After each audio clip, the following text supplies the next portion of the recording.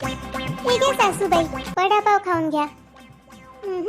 मला वडान बिडा काही खायचं नाही आहे मले. घ्या ना सासूबाई, मी लय मनापासून बनवलं पा. काय करू व बाई त्या मनाचं मी, जेव्हा मला भूकच नाही आहे तो. बरं मग ठीक आहे, मला वाटलं सासूबाईला चांगलं वाटन म्हणून मी मनापासून हा वडापाव बनवला. बरं बरं, आणि इकडे खातो मी.